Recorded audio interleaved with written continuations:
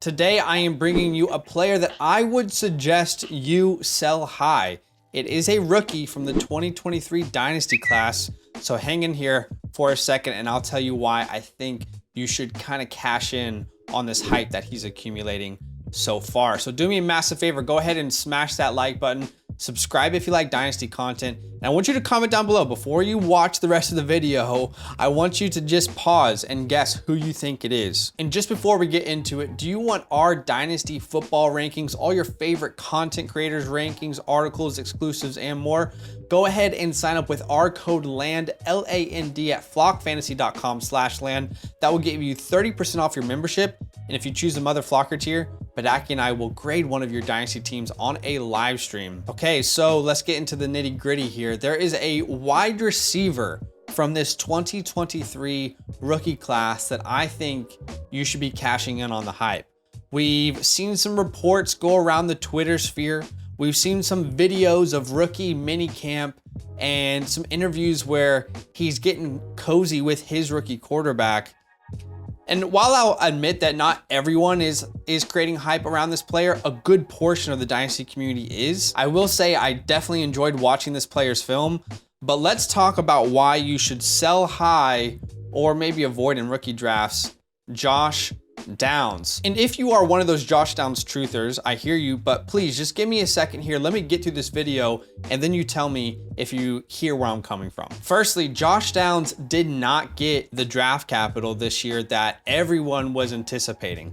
Before the NFL draft, most projected, and I would say most, I don't think anyone out there had him lower than this, for him to be early second round pick. Instead, he slid to the third round of the NFL draft, mid-third round that is, and he landed with the Indianapolis Colts.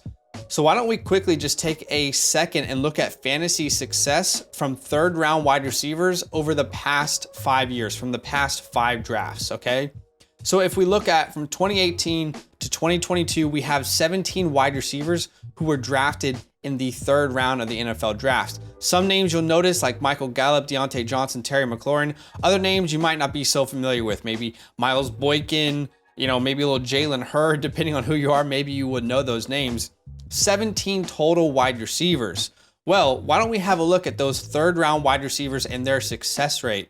From 2018 to 2022, let's look at points per game by year and where those wide receivers have finished. So how many top 12 seasons do we have from wide receivers who have been drafted in the third round in the past 5 years? Well, we have one of those 17 players, that's 5.8%. We have one of those players who finished top 15, who have a top 15 season in points per game. Again, 5.8%. 3 of those players have a top 24 season in points per game in the last 5 years. That's 17.6%. And top 30, top 35, again, only 3 of 17 players have been top 35 who have been drafted in the third round of the past 3 years. So not only do we have this historical concern when it comes to draft capital, but we also have size concerns. Let's talk about Josh Downs and his size. Look, I'm no sizist. I'm not going to sit here and say Josh Downs can't be successful in the NFL, because I agree with some people out there in the sense like the NFL is becoming more and more friendly to these athletes who can kind of just get in space. But I don't think that we can just throw history aside completely and ignore it. So why don't we look at the top 12, top 15, top 24, top 30, and top 35 wide receiver fantasy finishes from the last 5 years from the whole NFL combined. How many of those players fit Josh Downs' size profile? He is 5'8", 5'9", but more importantly, the size, he's 171 pounds. So how many wide receivers at or under 171 pounds were successful in the last 5 years for the entire NFL combined, okay? So how many top 12 seasons do we have from someone at 170 or 171 pounds? Well, we have 1 out of 60 players in the past 5 years who have finished top 12. You might be asking yourself, what do you mean 60 there? So I took top 12 times that by 5 and looked at the last 5 years, right? So each category, I'm considering the last 5 years. Top 15 seasons, we have 1.3% of people who have finished top 15 in the last 5 years being at his size. How about top 24? 1.7%. Just 2 of 120 people who finish in the top 24 are at Josh Downs' size. Top 30 is 2%, and then top 35 is 1.1%. Guys, 2 wide receivers in the past 5 years have been 171 pounds or lighter out of 175. Just 2, 1.1%. I know all those people out there are gonna be like, okay, does 10 pounds really matter? Yes, it does. Historically, it does. We have a 5-year span here, and those players who were smaller, they had different draft capital, right? They have a different situation. But more importantly, beyond the draft capital, okay, beyond the size, what I'm most concerned about and what I don't hear people talk about is this offense in general in Indianapolis. Your expectations, I'm talking to the Josh Downs truthers out there, your expectations for Anthony Richardson in this offseason are too high. They are far too high. I keep seeing this narrative out there that Josh Downs is going to dominate this year in this Indy offense. Look, I love Anthony Richardson, love him as a prospect and as a dynasty asset. However, that has a lot more to do with his rushing ability than his passing ability at this point of his career. And I don't think I've seen many realistic takes on what to expect from Anthony Richardson in this Colts offense in his rookie season. And I'm more concerned than the average person. So why don't we talk about some of these narratives that I keep hearing circling around Twitter, circling around YouTube, that I don't really see eye to eye with. You might agree with them, but the first one that I keep hearing is, well, why don't you look at what Shane Steichen did with Jalen Hurts last year? What do you mean he can't make successful wide receivers with a running quarterback? To the people who are saying that, you've just included zero context to the entire Eagles offense last offseason. So let's dive into that narrative. Firstly, Jalen Hurts was in his second full season as a starter in the NFL last year, his third season altogether. He went through an entire transformation process as a passer. He grew in so many different areas over the last 3 years in the NFL. I don't think that's a good comparison. I think healthier expectations for this year would to be look at the following. Like, first, why don't we look at what Hurts versus Anthony Richardson as passing prospects looked like coming out of college? Why don't we start there? That should be our starting point, because Anthony Richardson was not, like, he doesn't have the passing profile that even Jalen Hurts did coming out, right? We keep talking about how Anthony Richardson needs to grow as a passer. So did Jalen Hurts, but even Jalen Hurts had a better passing profile coming out of college. So let's look at this. Coming out of college, both of these guys, Anthony Richardson has 1 year as a starter for a program. Jalen Hurts, coming into the NFL, was a 4-year starter at Alabama and Oklahoma. How about how many starts at the collegiate level did each of them have? Well, Jalen Hurts had more than 50, and Anthony Richardson had 12. How about passing yards? Jalen Hurts had over 9,400 passing yards in his collegiate career, while Anthony Richardson had just over 3,100. How about passing touchdowns? Anthony Richardson had 24 total touchdowns through the air at college. Jalen Hurts had 80. And then their completion percentages in 2 different stratospheres. Yeah, Jalen Hurts needed a lot of work coming in, but often we've just pushed that side of Anthony Richardson's game to the side of our brain when we're thinking about Josh Downs and Michael Pittman. We just say to ourselves, no, it'll work out. Look what happened throughout all that exposure that Jalen Hurts had to good coaching. Well, guys, A-Rich is just entering the league this year, right?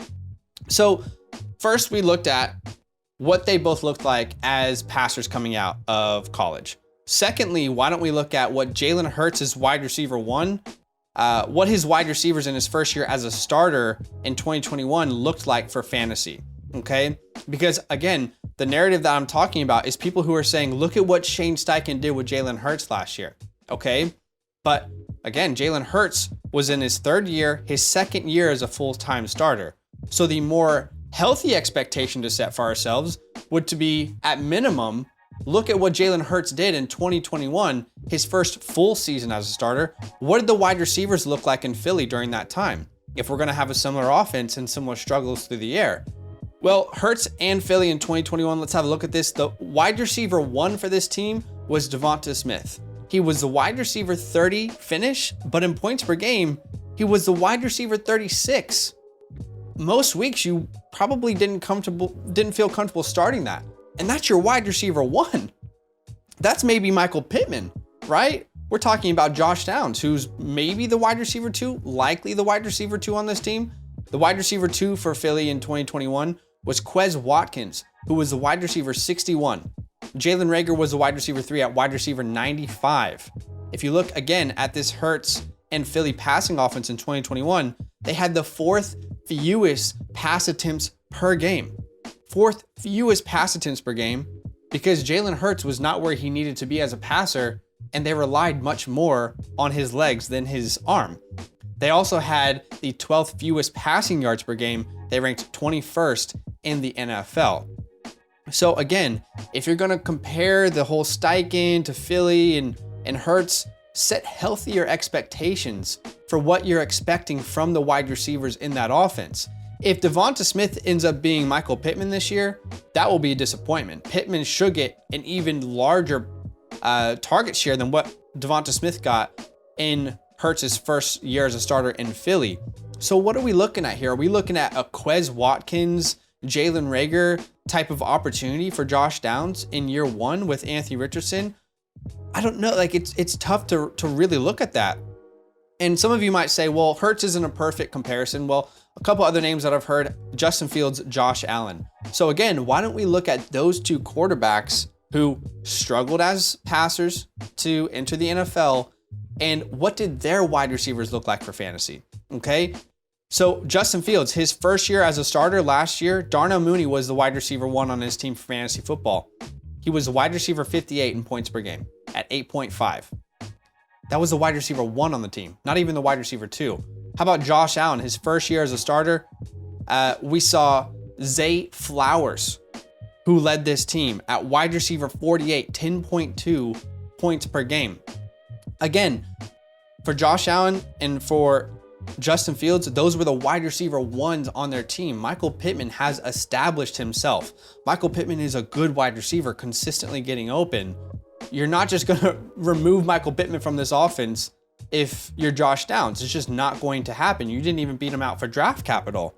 Thirdly, let's talk about where Downs sits in that depth chart, okay? So you have Michael Pittman. Pittman will be your 1, unquestionably. If you don't agree, then maybe we just don't see eye to eye on Downs. And then you have to ask between Alec Pierce and Josh Downs, who will be the 2? And the people who are Josh Downs stands will say unquestionably it'll be Josh Downs. Well, it's the same GM who just drafted Alec Pierce in the 2nd round of an even better wide receiver class 1 year ago. Are you sure that Downs is just going to get the preferential treatment? Downs obviously fits the slot, so maybe he'll get more targets, but Pierce won't be irrelevant. It's not like Pierce is just not there. You know what I mean? So the pathway is a little bit murky there. So look, in their first year as starters, Jalen Hurts, his best wide receiver on his team was wide receiver 36 in points per game. Justin Fields, best wide receiver on his team was wide receiver 58 in points per game. Josh Allen's best wide receiver on his team was wide receiver 48 in points per game. And guess who the number 1 in Indy is? That's Pittman. And I just told you the number 1 for those 3 players that we keep comparing A-Rich to for their first season. So look, let's just wrap this in a bow. In conclusion, if you will, if you're still there with me, if you've given me the time of day, hopefully, in conclusion, the draft capital is not all that favorable. Yeah, you can say, oh, but the coaching staff told him he was the best wide receiver in the draft. Well, they didn't draft him like he was the best wide receiver in the draft. Draft capital is against him. Size, historically, unquestionably, is against him. A-Rich's biggest weakness is his passing game. You need to give him time to improve. The Colts, in my opinion, are likely to be a top 5 rushing volume offense with JT and Anthony Richardson. In return, as Anthony Richardson works on his passing game, they're likely to be a bottom 5 pass volume offense in 2023, similar to what we saw with Justin Fields last year. They're building their offense around, again, that duo, A-Rich and JT. Josh Downs at best, right? At best, can we agree? He's the wide receiver 2 in a low passing offense, low passing volume offense. And we have no history to suggest that a player like this is going to support multiple fantasy options as a rookie. We have no history of that, right? So look, here's the last thing I'll say. Value changes month by month, because I think there will be people out there who are saying, look, I don't have expectations for Josh Downs in year 1. I'm fine to let Anthony Richardson grow over time. And I hear you, and that's great. But most people in Dynasty don't play that way, guys. Let's be honest, right? People say you need to be patient with a prospect, and then Jameson Williams coming off an ACL doesn't play much in his first year and people are writing him off, right? I mean, think about how quickly people's minds change. I had to convince some of you guys that Travis Etienne was a good running back last year, that he was better than James Robinson. Keep in mind, when we get in season, people's minds change quickly. Week to week, they value players differently, even though maybe they shouldn't. And every month, we see people's entire perspective change on players. Do you think this offense is going to support multiple wide receivers in Josh Downs' rookie year?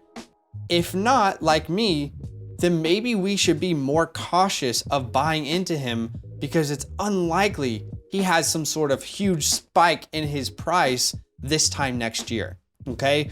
Again, I'm sorry. I don't want to be this guy. I don't dislike Josh Downs. I genuinely really loved watching his film, but there's just too much that I can't ignore. And I think this topic in particular, there's people on both sides. Like, it is very 50-50. What you need to find is that person in your league who is on the Josh Downs side. And you need to trade him away for some of the following players I'm going to tell you about. Like I said, at the moment, Josh Downs, he's fluctuating so much. I've been in rookie drafts where he's been a first round pick. I've been in rookie drafts where he's fallen to the 3rd. Okay, so it's very up and down. You know your league and how they value him better, but if you can take advantage, do so. Go get Elijah Moore. Go get a Rashad Bateman, a Kadarius Toney, a James Cook. Draft Kendre Miller instead, or trade for him. Pat Freiermuth, Rashawn Johnson, Marvin Mims I prefer, honestly. And I think you can get draft capital and Marvin Mims instead of Josh Downs. Go get Desmond Ridder in a super flex league if that's possible. AJ Dillon. Go get Sky Moore plus picks. John Mechie plus picks. In almost everyone's rankings right now, Josh Downs is ranked ahead of those two players. And I would probably have him there as well, but I don't think it's to the point where it's so ridiculous in value that I'm willing to bet on them over him. So look, I hate being a negative person, and I hope this didn't come off negative, but I just think there are so many signs that are pointing us to pumping the brakes on high expectations for really all pass catchers. This is why, another reason why I'm kind of low on Michael Pittman, even though he's so damn good. He's just grown so much. But hey, let me know in the comments. You agree? You disagree? Maybe you hate some of the things that I said. Maybe you love it. Maybe it's convinced you to make some moves. Regardless, if there is a person in your league who values Josh Downs that way, they're just this super fan of his, go exploit it and get some more value on your side. So appreciate you guys. Thanks for watching the video. Drop a like, and I'll see you in the next one. All love. Now that those idiots are done talking, who needs some rankings? Hell yeah, I need some rankings. Then use promo code LAND, L-A-N-D, for 30% off any membership at flockfantasy.com. Oh. It's so easy. Even your grandma could scan that QR code right there.